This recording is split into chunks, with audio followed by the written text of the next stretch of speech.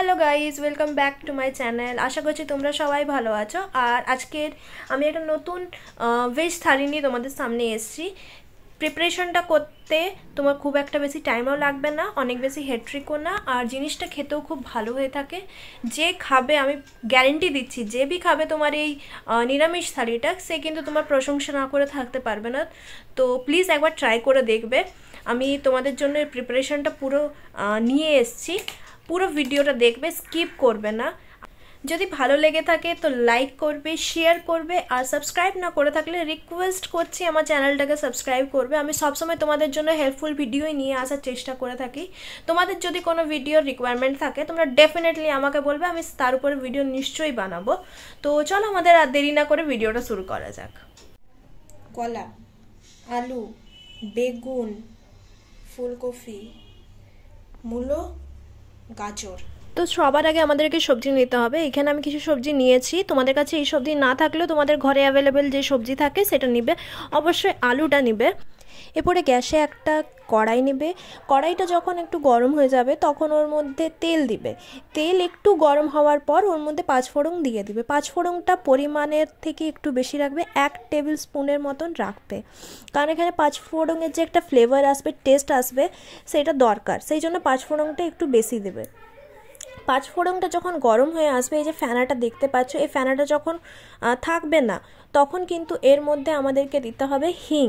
হিংটা optional আছে, তোমরা চাইলে দিতে পারো, না চাইলে দিতে পারো না। আমি যেহেতু এখানে মূলো ইউজ করেছি, আমি হিংটা দিচ্ছি। মূলো আর হিংয়ের একটা খুব সুন্দর ফ্লেভার আছে, তার জন্য আমি এখানে দিচ্ছি। তোমরা চাইলে বড়ি ইউজ করতে পারো। আমার কাছে বড়িটা ছিল না বলে আমি বড়িটা ইউজ করিনি। বড়িরও এখানে যেগুলো হয় তোমার ঝোলের বড়ি, মানে বড় সাইজের যে বড়িগুলো হয় সেগুলো এখানে তোমরা ইউজ করতে পারো। সেটার ভালো টেস্ট আসে এখানে। আমার কাছে ছিল না বলে আমি দিতে পারিনি। তো এর মধ্যে আমি সবজিগুলো সব দিয়ে দিচ্ছি। এখানে শুধুমাত্র আমি বেগুনটা দিইনি, বেগুনটা আমি সবার শেষে দেবো। ভাজা যখন হয়ে যাবে মোটামুটি তখন আমি এর মধ্যে বেগুনটা দিব, কারণ বেগুনের ভাজতে বেশি সময় লাগে না, আর ওভার কুকড হয়ে গেলে বেগুনটা অনেক নরম হয়ে যাবে, তখন সেটা খেতেও ভালো লাগবে না। তো সেই কারণে বেগুনটা আমি শেষে দেবো। এখন আমি এইটাকে হালকা নেড়ে চেড়ে ঢাকা দিয়ে ভাজতে দিয়ে দেবো। এই সবজিতে একটা পেস্ট ইউজ হয়ে থাকবে, সেটা হচ্ছে কাজু, পোস্ত আর দইয়ের পেস্ট। সেটাকে আমরা মিক্সিতে ভালো করে পেস্ট করে নেব। যখন এটা ভালো করে পেস্ট হয়ে যাবে তখন আমরা এটাকে এই সবজিতে দিয়ে দেবো। এই সবজিতে কিন্তু বেশি কিছু মশলা আমরা ইউজ করব না, শুধুমাত্র এই যে পেস্টটা বানালাম এইটা, হলুদ, সামান্য জিরে, সামান্য ধনে, সেটা না ইউজ করলেও চলে, কারণ এই যে আমি পোস্ত, দই আর কাজুর পেস্টটা দিচ্ছি সেটাতে এই খাবারটার টেস্টটা অনেকটা বেড়ে যায়। তবু আমি এইখানে সামান্য ইউজ করছি। তোমরা চাইলে স্কিপও করতে পারো, আর যদি চাও তো তোমরা মশলা ইউজ করতে পারো। তো আমরা চলো এবার আমাদের সবজিটা দেখে নিই। দেখো সবজিগুলো ভাজা ভাজা হয়ে এসছে। এবার এই স্টেজে আমরা কিন্তু এর মধ্যে বেগুনটাকে অ্যাড করে দেবো। তো বেগুনটাকে অ্যাড করে আমরা একটু বেগুনটাকে নাড়াচাড়া করে ওকেও একটু ভাজতে সময় দেব। বেগুনটা ভাজা হয়ে গেলে আমরা এর মধ্যে মশলাটা অ্যাড করব।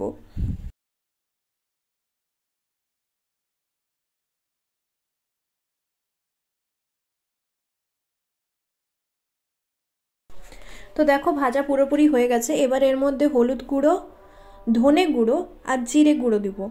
ধনে গুঁড়ো আর জিরে গুঁড়োটা আমি হাফ টিস্পুনের মতন দিয়েছি, মানে অনেকই পরিমাণটা কম দিয়েছি, কারণ এতে এই সবজিতে গুঁড়ো মশলার বা এই মশলার অতটা প্রয়োজন নেই, তাও আমি একটু স্বাদ মতন দিয়েছি। তোমরা চাইলে দিতেও পারো, আবার স্কিপও করতে পারো। তো এইখানে দেখো মশলাটা দিলাম। এবার মশলাটা দিয়েও একবার ভালো করে আমাকে ভেজে নিতে হবে, কারণ দেখো যে মশলার একটা কাঁচা গন্ধ আছে সেটা যেন না আসে, সেটা ধ্যানে রেখে যেন ওইরকমভাবে ভেজে নিতে হবে। কাঁচা গন্ধটা যখন চলে যাবে এর মধ্যে থেকে, তখন কিন্তু আমাদেরকে এর মধ্যে ওই পেস্ট যেটা আমরা বানিয়েছিলাম পোস্ত, দই আর কাজু বাটার, সেইটা এর মধ্যে দেবো। সেটা দিয়ে আমরা কিছুক্ষণ নাড়াচাড়া করব। যখন ওটার থেকে দেখবে তেল বেরিয়ে আসছে তখন ওর মধ্যে আমরা কিন্তু জল দিয়ে ওটাকে সেদ্ধ হতে দেব। আরেকটা কথা আমি বলতে ভুলে গেছি, এর মধ্যে কিন্তু আমি গোটা কাঁচা লঙ্কা চিড়ে দিয়েছি, কারণ আমার ছেলে আছে, সে অত ঝাল খেতে পারে না। তোমরা যদি কেউ ঝাল খেতে পছন্দ করো তো তোমরা পেস্টও দিতে পারো, তাছাড়া গোটা কাঁচা লঙ্কা তোমরা আরও পরিমাণটা বেশি বাড়িয়ে দিতেই পারো। এই স্টেজে যখন মশলা থেকে তেল ছেড়ে দিবে তখন তোমরা এর মধ্যে স্বাদ মতন নুন আর একটু পরিমাণ মতন চিনি দিয়ে দিবে।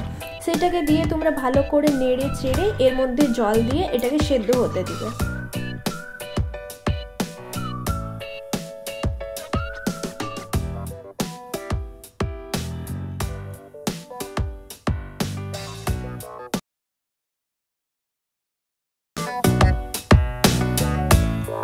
তো আমাদের এই প্রিপারেশন রেডি। এই জল যেটা বেরিয়ে এসেছে সেটাকে আমরা নাড়তে নাড়তে একটু একটু কমে যাবে আর এটা মাখো মাখো হয়ে যাবে। তো আমাদের এই প্রিপারেশন রেডি। তো আমরা যাচ্ছি আমাদের নেক্সট প্রিপারেশনে।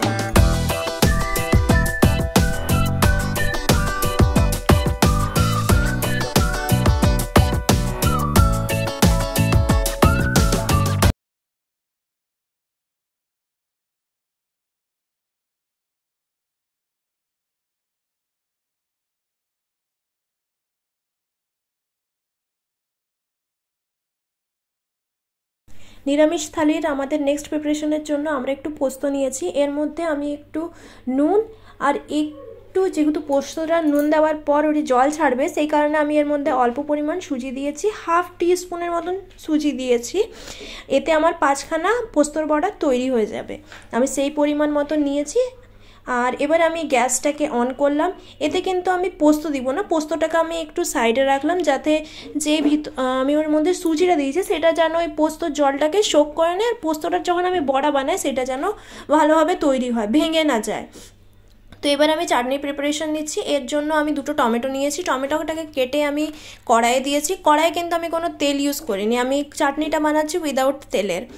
তো আমি তেল ছাড়া কড়াইটাকে গরম জাস্ট করেছি, গরম করে ওর মধ্যে টমেটো আর এই যে খেজুর ছাড়াচ্ছি, খেজুরের বীজগুলো ছাড়িয়ে আমি খেজুরগুলোকে দিয়েছি। খেজুর আর টমেটোটাকে আমাকে সেদ্ধ হতে দিতে হবে। এর মধ্যে তোমরা যদি চাও স্বাদ মতন চিনি বা গুড় ইউজ করতে পারো। আমি যেহেতু এর মধ্যে খেজুর দিয়েছি আমি আর চিনি ইউজ করিনি, না গুড় ইউজ করেছি। তো এই যে টমেটো, খেজুর আর স্বাদ মতন নুন দিয়ে একটু জল দিয়ে এটাকে তোমাদেরকে টাইম দিতে হবে। এটা নিজের থেকে, এটা খুবই কম সময়ের মধ্যে এটা তৈরি হয়ে যাবে। তো দেখো আমাদের চাটনিও প্রিপেয়ার হয়ে গেছে।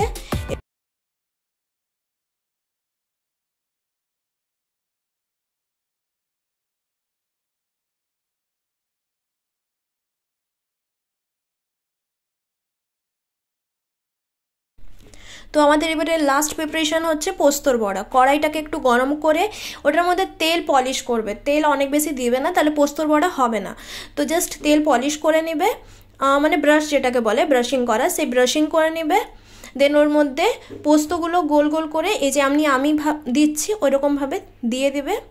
দিয়ে দেওয়ার পর এটাকে কিছুক্ষণের জন্য ছেড়ে দেবে। ছেড়ে দেওয়ার পর দেখো উল্টে পাল্টে এরকম এটা বড়া তৈরি হয়ে গেল। আমি মোটামুটি 4টা বড়া তৈরি করে নিয়েছিলাম, একটা খালি তোমাদের দেখাবো বলে ভালো করে আমি রেখে দিয়েছিলাম। তো দেখো এটা জাস্ট আমি দিয়েছি। এবার দেখো আমি এটাকে উল্টোচ্ছি, তোমরা দেখতে পাবে এটা কত ইজিলি মুভ করে যাবে। এটার তোমরা দেখতে পাচ্ছ যে তলাটা ছেড়ে ছেড়ে গেছে। যখন এরকম হয়ে যাবে যে তলাটা মনে হবে ছেড়ে ছেড়ে গেছে, তো তখন তোমরা এটাকে ইজিলি ফ্লিপ করতে পারবে। তো দেখো এটাকে আমি জাস্ট ইজিলি ফ্লিপ করে দিচ্ছি, এটা খুব ইজিলি তোমার ফ্লিপও হয়ে যায়। তো এটার কারণ এটাই হচ্ছে যে আমাদেরকে কড়াই কিন্তু যে ভর্তি মানে তেল কম দিতে হবে, পলিশিং করতে হবে, জাস্ট মানে ব্রাশিং করতে হবে। বেশি তেল দিলে কিন্তু জিনিসটা বাইন্ড থাকবে না, তোমার এটা ছেড়ে যাবে। তো দেখো কত ইজিলি এটা ফ্লিপ করে গেছে। তো আমাদের পোস্তের বড়াও রেডি। আমাদের মোটামুটি নিরামিষ থালার প্রত্যেকটা জিনিসই আমরা রেডি করে নিয়েছি। তো চলো এবার আমরা সাজিয়ে নিই আর সার্ভ করি, আর সার্ভ করে তোমাদেরকে দেখাই।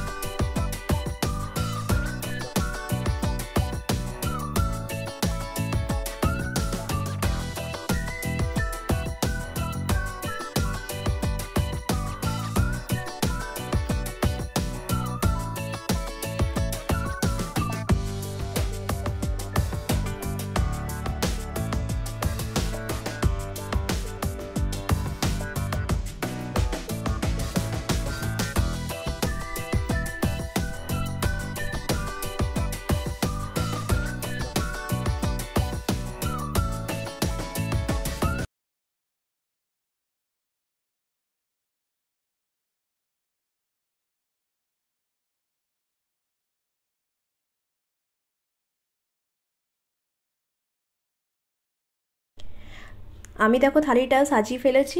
থালির মধ্যে তোমার চাটনি আছে, তরকারিটা আছে যেটা আমি বানিয়েছিলাম, পোস্তর বড়া আছে, ভাত আছে, আর নতুন যেটা আছে সেটা হচ্ছে তোমার করলা ভাজা। সেটা আমি আলাদা করে দেখাইনি, কারণ করলা ভাজা মোটামুটি সবাই বানাতে পারে। আশা করছি তোমাদের এই থালিটা ভালো লেগে থাকবে।